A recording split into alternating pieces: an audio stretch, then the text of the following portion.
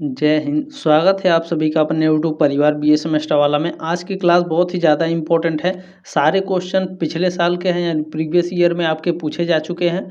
और एक बात आप लोगों को ध्यान में रखना है, दीनदयाल उपाध्याय गोरखपुर विश्वविद्यालय में BA third semester political science पिछले साल आपको पढ़ाया गया था पॉलिटिकल प्रोसेस इन इंडिया। इस वर्ष आपका जो पॉलिटिकल साइंस का सिलेबस है वो चेंज कर दिया गया है। पेपर का नाम है ancient and medieval western political thinkers, यानी प्राचीन और मध्यकालीन पश्चिमी राजनीतिक विचारक। ठीक है, लेकिन पेपर कोड आपका सेम ही रहेगा। POL 201 या फिर POL 201F आ सकता है। ठीक है, तो ये बात आप लोग ध्यान रखिएगा। पिछले साल के जो क्वेश्चन है इसमें आपके इंक्लूड है, ध्यान रखिएगा। लगभग 40 क्वेश्चन आपके पिछले साल के हैं और 10 क्वेश्चन मैंने अपने तरफ से रखे हैं जो कभी पूछे नहीं गए हैं। ठीक है, तो ये बात आप लोगों को ध्यान रखना है। बहुत ही ज़्यादा इंपॉर्टेंट क्लास है। देखें, इस क्लास में बहुत ही ज़्यादा डीपली हम लोग पढ़ने वाले हैं, तो थोड़ा समय लगेगा, धैर्य रख के पढ़िएगा तभी आपको समझ में आएगा। ठीक है, चलिए स्टार्ट करते हैं आज के इस क्लास में। बीए सेकेंड ईयर है, थर्ड सेमेस्टर, पॉलिटिकल साइंस यानी राजनीति शास्त्र। पेपर का नाम मैंने आपको बता दिया है, ancient and medieval western political thinkers. इसमें पेपर कोड भी मैंने बता दिया। उत्तर प्रदेश में जहाँ कहीं भी आपके ancient and medieval western political thinkers आपके पेपर का नाम है, आप इस क्लास को अटेंड कर सकते हैं। ठीक है, बाकी जो पॉलिटिकल प्रोसेस इन इंडिया है उसका भी मैंने क्लासेस करा रखे हैं। तो क्या करेंगे, यूट्यूब पे जाइएगा, सर्च करिएगा बीए सेमेस्टर वाला, मेरा चैनल आएगा। चैनल पे जाइएगा, प्लेलिस्ट में जाइएगा, पिछले साल के जो क्वेश्चन पेपर मैंने सॉल्व कराया है पॉलिटिकल प्रोसेस इन इंडिया, आप लोग देख लीजिएगा। ठीक है, जैसे इसमें आपके राजा महेंद्र प्रताप सिंह विश्वविद्यालय में आपके MCQ एग्जाम होते हैं। हालांकि ऑड सेमेस्टर में ज़्यादातर आपके लिखित एग्जाम होते हैं। ठीक है, तो ये बात आप लोगों को ध्यान रखना है। लिखित क्वेश्चन पेपर भी मैंने सॉल्व कराया है, तो एक बार चैनल पर जरूर विजिट कर लीजिएगा। ठीक है, चलें स्टार्ट करते हैं। इसमें देखें, पहला क्वेश्चन पूछा जा रहा है आप लोगों से, दो नगरों का सिद्धांत किसने प्रस्तुत किया। Very very most important question है। ये क्वेश्चन कई बार एग्जाम में आपके पूछ चुका है कि दो नगरों का सिद्धांत किसने प्रस्तुत किया है। दो नगरों का सिद्धांत संत अंगस्टाइन ने प्रस्तुत किया है। ध्यान रखिएगा, बी ऑप्शन आपका करेक्ट है। अब जो मैं आपको यहाँ पर की पॉइंट पढ़ा रहा हूँ ये आपके लिए सबसे ज़्यादा इंपॉर्टेंट है। यहाँ से आपके एग्जाम में कई सारे क्वेश्चन आते हैं, ध्यान दीजिएगा। ठीक है, और यहाँ से आपके डाउट भी क्लियर होते हैं। और ये सारे नोट्स PDF आप बिल्कुल फ्री में प्राप्त कर सकते हैं। टेलीग्राम ग्रुप का लिंक दिया गया डिस्क्रिप्शन बॉक्स में, ज्वाइन कर लीजिएगा। क्लास के ठीक नीचे एक दिन बाद PDF सेंड किया जाता है, वहाँ से ये सारे नोट्स और PDF डाउनलोड कर लीजिएगा। ठीक है, तो की पॉइंट में दिया क्या है, संत अगस्टाइन ने दो शहरों का सिद्धांत दिया था। ठीक है, दो नगरों का सिद्धांत यानी दो शहरों का सिद्धांत संत अगस्टाइन ने प्रस्तुत किया था। यह सिद्धांत उनकी प्रसिद्ध पुस्तक सिटी ऑफ गॉड में वर्णित है। पूछता है आपके एग्जाम में कि संत अगस्टाइन दो नगरों का सिद्धांत किस पुस्तक में वर्णित है। सिटी ऑफ गॉड में वर्णित है। ठीक है, सिटी ऑफ पूछता है डायरेक्ट आपके एग्जाम में कि सिटी ऑफ गॉड पुस्तक को किसने लिखा है, संत अगस्टाइन ने लिखा है। ठीक है, इतना क्लियर हो गया। इसमें उन्होंने पृथ्वी के दो शहरों के बारे में बताया है, एक जो ईश्वर के प्रति प्रेम पर आधारित है और दूसरा जो आत्मा प्रेम और दुनियावादी इच्छाओं से प्रेरित है। ठीक है, अब क्लियर हो गया आपका। देखिए, क्लास अच्छा लग रहा हो तो प्लीज़ शेयर जरूर कर दीजिएगा व्हाट्सएप पर। पहली बार आए हैं या फिर पुराने बच्चे हैं तो प्लीज़ सब्सक्राइब करके सपोर्ट जरूर करेंगे। ठीक है, चलें नेक्स्ट क्वेश्चन है। देखें, संत थॉमस एक्विनास का गुरु था। संत थॉमस एक्विनास के गुरु कौन थे।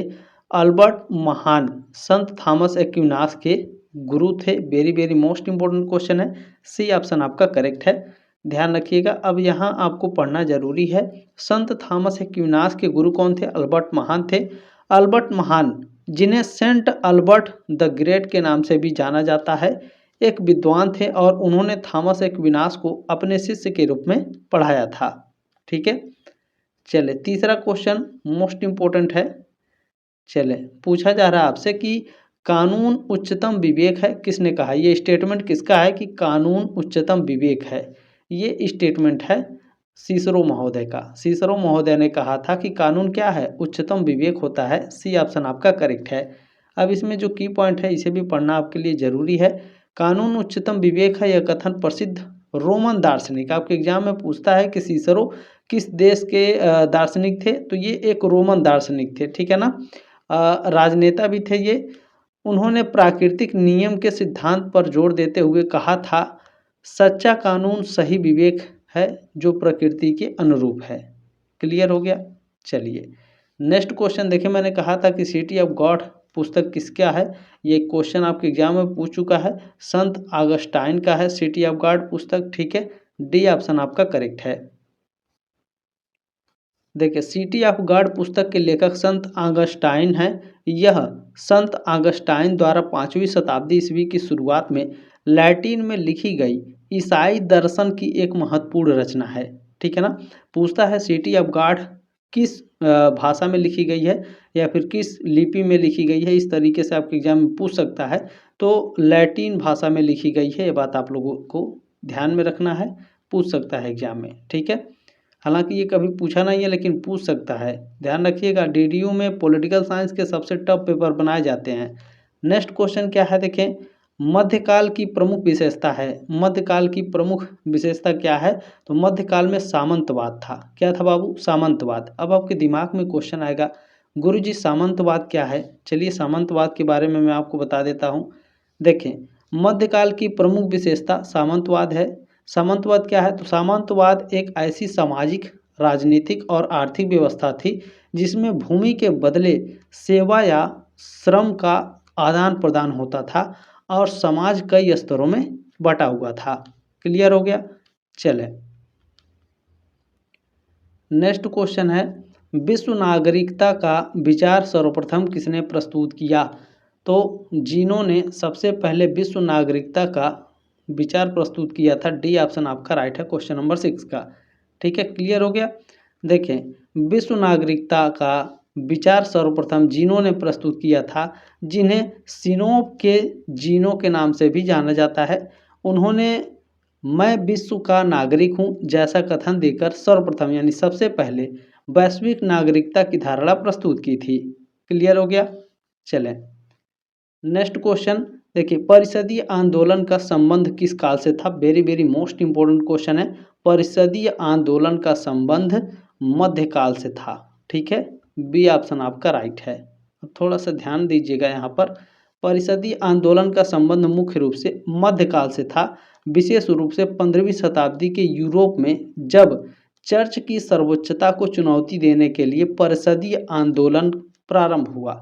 ठीक है, यह आंदोलन पोप की निरंकुशता के विरोध में चर्च की परिषदों की सर्वोच्चता को स्थापित करने के लिए हुआ था, जिसका प्रमुख प्रभाव धार्मिक और राजनीतिक स्तर पर पड़ा।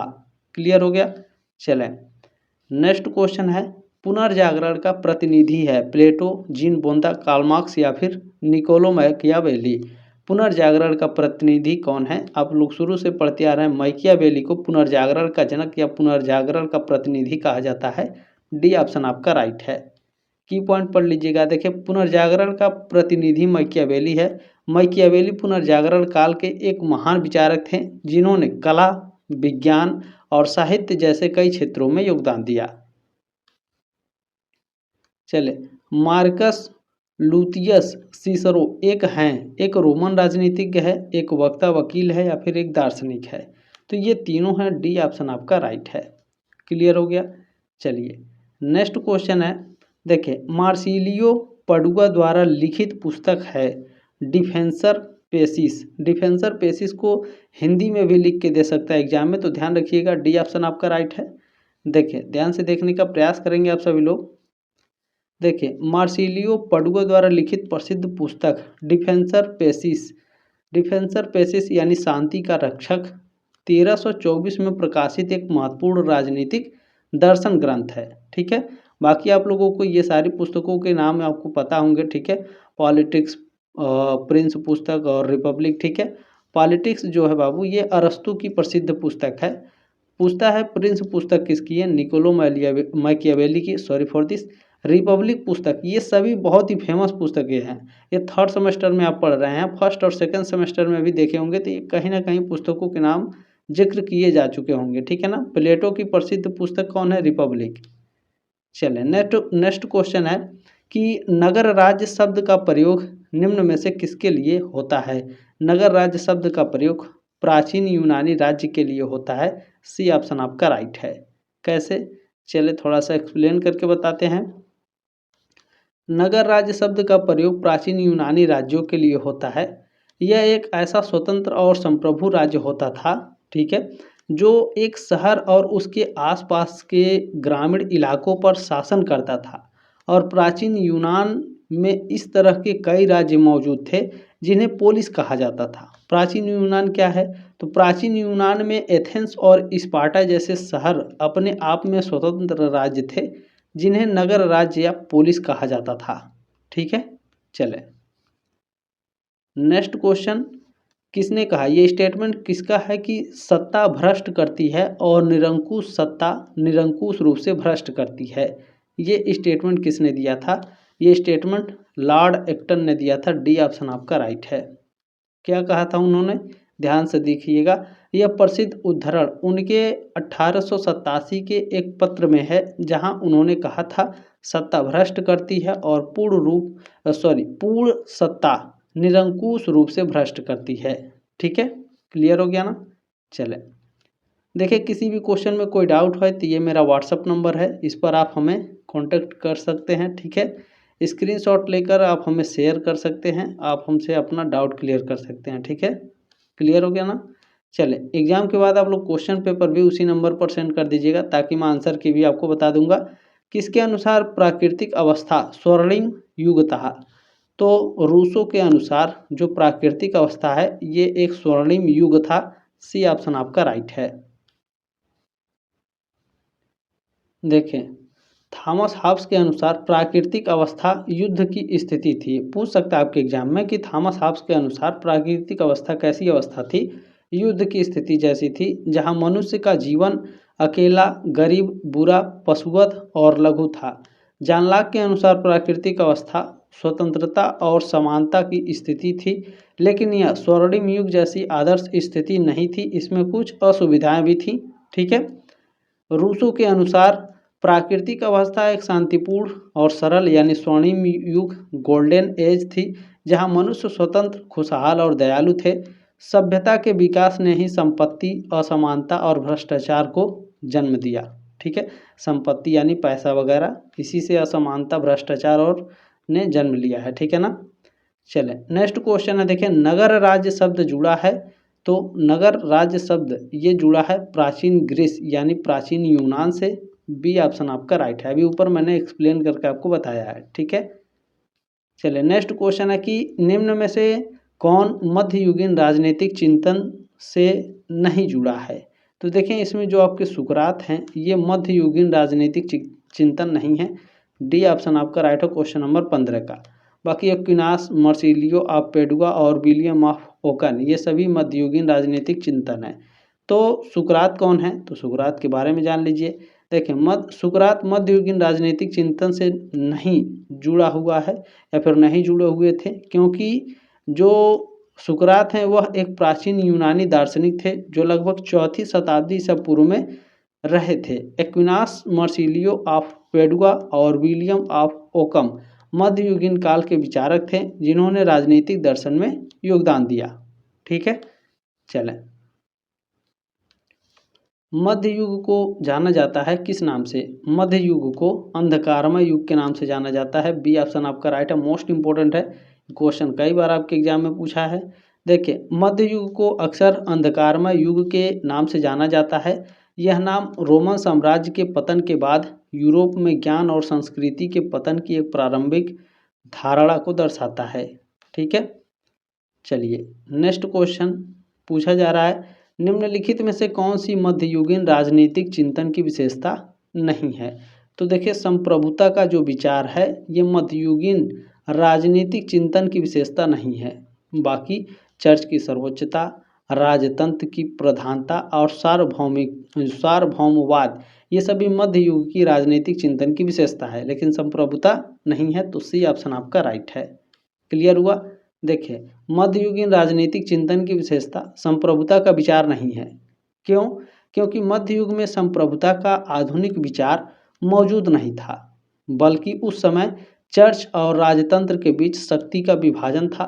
चर्च की सर्वोच्चता, राजतंत्र की प्रधानता और सार्वभौमवाद जो सार्वभौम चर्च से संबंधित था। मध्ययुगीन चिंतन की मुख्य विशेषताएं थी। ठीक है ना।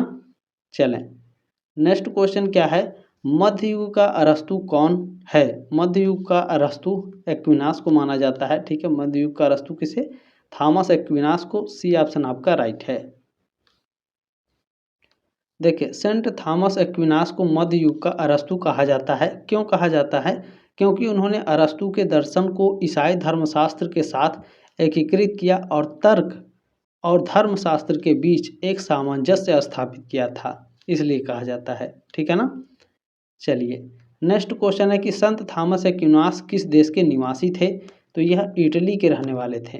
अब इटली ना दे करके हो सकता है इटली के आसपास जहाँ ये पैदा हुए हैं वहाँ का नाम दे दे, गांव का नाम दे दे, है ना। तो ये भी आप लोगों के लिए जानना अनिवार्य है। तो संत थॉमस एक्विनास इटली के निवासी थे। उनका जन्म सिसिली साम्राज्य में एक्विनो के पास हुआ था, जो वर्तमान इटली में है। ठीक है ना। तो ये थोड़ा सा डीपली मैं पढ़ा रहा हूँ इसलिए कि डीपली भी पूछ सकता है, तो आप लोगों अच्छे से कवर कर लीजिएगा। ठीक है। निम्नलिखित में से कौन पुर्तगाल की संतान माना जाता है। पुर्तगाल की संतान मैकियावेली को माना जाता है। ये ऑप्शन आपका राइट है। चलें, नेक्स्ट क्वेश्चन पूछा जा रहा है, मध्यकालीन राजनीतिक चिंतन निम्न में से कौन है। Sorry for this. ठीक है, मध्यकालीन राजनीतिक चिंतन निम्न में से कौन है। तो इसमें देखें, सीसरो हो गए, संत थॉमस एक्विनास हो गए और संत ऑगस्टाइन हो गए या ऑगस्टीन, यहाँ पर टाइपिंग में गलती हुई है। ठीक है। तो ये तीनों के तीनों आपके मध्यकालीन राजनीतिक चिंतक है। ठीक है, डी ऑप्शन आपका राइट है। क्लियर हो गया। चले, नेक्स्ट क्वेश्चन है, द डिविनेशन पुस्तक के लेखक कौन है। द डिविनेशन पुस्तक को लिखा है सीसरो महोदय ने। बी ऑप्शन आपका राइट है। चले, इंग्लिश में भी देख लेंगे। ठीक है, द डिविनेशन पुस्तक है। ठीक है, जो एक दार्शनिक ग्रंथ है डिविनेशन पुस्तक, और इसके लेखक कौन है, मार्कस टूलियस सीसरो। इनका पूरा नाम भी मैंने बता दिया। यह एक कृति प्राचीन रोमन दर्शन में महत्वपूर्ण है, जिसमें सीसरो ने अटकल और भविष्यवाणी की प्रकृति पर चर्चा की है। क्लियर हो गया। चलें, नेक्स्ट क्वेश्चन है, पुनर्जागरण का उत्पाद है। विचारों की स्वतंत्रता, राष्ट्रवाद, व्यक्तिवाद, ये तीनों के तीनों क्या है, पुनर्जागरण के उत्पाद हैं। तो डी ऑप्शन आपका राइट है। उपरोक्त सभी करेक्ट है आपके। नेक्स्ट क्वेश्चन देखिएगा, पूछा जा रहा है आपसे कि सुम्मा थियोलॉजिका किसने लिखी। सुम्मा थियोलॉजिका पुस्तक को संत थॉमस एक्विनास ने लिखा है। Very very most important question है, कई बार आपके एग्जाम में पूछ चुका है। ठीक है। चलिए, नेक्स्ट क्वेश्चन पूछा जा रहा है कि संत थॉमस एक्विनास के कानून अवधारणा में कौन सा एक सम्मिलित नहीं है। तो उनके कानून के अवधारणा में शक्ति कानून सम्मिलित नहीं है, बाकी शाश्वत कानून, प्राकृत कानून और मानवीय कानून, ये तीनों संत थॉमस एक्विनास के कानून के अवधारणा में संबंधित हैं। शक्ति कानून नहीं है। तो सी ऑप्शन आपका राइट है। ध्यान दीजिएगा, संत थॉमस एक्विनास के कानून अवधारणा में शक्ति कानून सम्मिलित नहीं है। एक्विनास के अनुसार कानून के 4 प्रकार के होते हैं, पूछता है तो ध्यान रखिएगा। पहला है शाश्वत कानून, दूसरा है प्राकृतिक कानून, तीसरा है मानवीय कानून और चौथा है ईश्वरीय कानून। ठीक है, जिसे डिवाइन लॉ कहते हैं। चलें, नेक्स्ट क्वेश्चन देखिए, पोलिस एक यूनानी शब्द है जिसका अर्थ है, पोलिस एक यूनानी शब्द है जिसका अर्थ होता है नगर राज्य। सी ऑप्शन आपका राइट है। नेक्स्ट क्वेश्चन पूछा गया है कि सीसरो की मृत्यु कब हुई। सीसरो की मृत्यु हुई थी 7 दिसंबर 43 ईसा पूर्व में। ए ऑप्शन आपका राइट है। नेक्स्ट क्वेश्चन, निम्न में से कौन सीसरो की रचनाएं हैं। द रिपब्लिका, द ऑफिसियस और द लेगिवियस। ठीक है ना, लेगिवस, ये तीनों के तीनों पुस्तकें कौन किसके हैं, सीसरो के हैं। ठीक है, थोड़ा मेरा पंक्चुएशन क्लियर नहीं हो पाया, सॉरी। अच्छा, इन पुस्तकों के बारे में पूछता है तो ध्यान रखना है आपको। डी रिपब्लिका जो पुस्तक है, यह सीसरो की एक राजनीतिक कृति है जो राज्य और सरकार के सिद्धांतों पर चर्चा करती है। ठीक है। द ऑफिसियस जो है, यह सीसरो के दार्शनिक कार्यों में से एक है जो नैतिक कर्तव्यों के बारे में है। और जो डी लिगिबियस है, यह कानून और न्यायपालिका से संबंधित सीसरो की एक महत्वपूर्ण पुस्तक है। ठीक है, तीनों पुस्तकों के बारे में मैंने एक्सप्लेन कर दिया। चलें, नेक्स्ट क्वेश्चन है, यह दृष्टिकोण कि सरकारें एक निश्चित चक्र के अनुसार परिवर्तित होती हैं, किसने व्यक्त किया? तो यह व्यक्त किया है अरस्तु महोदय ने। बी ऑप्शन आपका राइट है। चलिए नेक्स्ट क्वेश्चन है, पत्नियों के साम्यवाद की वकालत किसने किया? पत्नियों के साम्यवाद की वकालत प्लेटो ने किया है। ए ऑप्शन आपका राइट है। अच्छा ध्यान दीजिएगा, पत्नियों के साम्यवाद की वकालत प्लेटो ने की थी। उन्होंने अपने आदर्श राज्य की अवधारणा के तहत पत्नियों और संपत्ति के साम्यवाद का प्रस्ताव रखा था। नेक्स्ट क्वेश्चन है, निम्न में से कौन इसलिए एथेंस से कालचिस यानी खालिक्स भाग गया था? एथेंसवासी दर्शन शास्त्र के विरुद्ध दूसरा अपराध न करते तो अरस्तु थे। ये ऑप्शन आपका राइट है। पहले मॉडल पेपर में भी मैंने बताया था, ठीक है। नेक्स्ट क्वेश्चन है कि प्लेटो का अंतिम ग्रंथ माना जाता है। प्लेटो का अंतिम ग्रंथ माना जाता है द लाज पुस्तक, ठीक है। द लाज पुस्तक प्लेटो का अंतिम ग्रंथ है। 2 सेमेस्टर आप पढ़े हैं, उसमें भी ये पूछा गया होगा। बी ऑप्शन आपका राइट है। चले, गणित विषय किसके लिए महत्वपूर्ण विषय था? गणित विषय प्लेटो के लिए महत्वपूर्ण विषय था। एक क्वेश्चन और पूछता है, प्लेटो का लोकप्रिय विषय या फिर जो प्लेटो थे इनका प्रिय सब्जेक्ट क्या था? गणित, ठीक है। सी ऑप्शन आपका राइट है। चले, नेक्स्ट क्वेश्चन पूछा जा रहा है कि प्लेटो की शिक्षण संस्था का नाम था अकादमी। सी ऑप्शन आपका राइट है 35 का, ठीक है ना। देखें एक सेकेंड, प्लेटो की शिक्षण संस्था का नाम अकादमी था। यह एक प्राचीन विद्यालय था जिसकी स्थापना 387 ईसा पूर्व में एथेंस में प्लेटो ने की थी, ठीक है ना। क्लियर हो गया। चलें, नेक्स्ट क्वेश्चन है, संपत्ति का साम्यवाद किस विचारक का सिद्धांत है? संपत्ति का साम्यवाद ये किस विचारक का सिद्धांत है? प्लेटो का सिद्धांत है संपत्ति का साम्यवाद। बी ऑप्शन आपका राइट है। चलिए नेक्स्ट क्वेश्चन है कि प्लेटो का गुरु था। प्लेटो के गुरु कौन थे? सुकरात थे। सी ऑप्शन आपका राइट है। ये क्वेश्चन बहुत ही कॉमन है, कई बार पूछ चुका है, ठीक है। अरस्तु के लिए संविधान का सर्वश्रेष्ठ रूप है। अरस्तु के लिए संविधान का सर्वश्रेष्ठ रूप है मध्यवर्ग तंत्र यानी पॉलिटी। डी ऑप्शन आपका राइट है। अच्छा, इसके बारे में थोड़ा सा जान लीजिए। अरस्तु के लिए संविधान का सर्वश्रेष्ठ रूप यानी मध्यवर्ग तंत्र पॉलिटी है। क्यों? क्योंकि यह कुलीन तंत्र और लोकतंत्र के चरम के बीच एक संतुलित व्यवस्था है जो मध्यम वर्ग पर आधारित है और सामान्य हित की पूर्ति के लिए काम करती है। क्लियर हो गया। चलें, नेक्स्ट क्वेश्चन है, न्याय आत्मा का सद्गुण है। ये स्टेटमेंट किसका है? प्लेटो महोदय का है। बी ऑप्शन आपका राइट है। नेक्स्ट क्वेश्चन है, अरस्तु के अनुसार क्रांति का मुख्य कारण?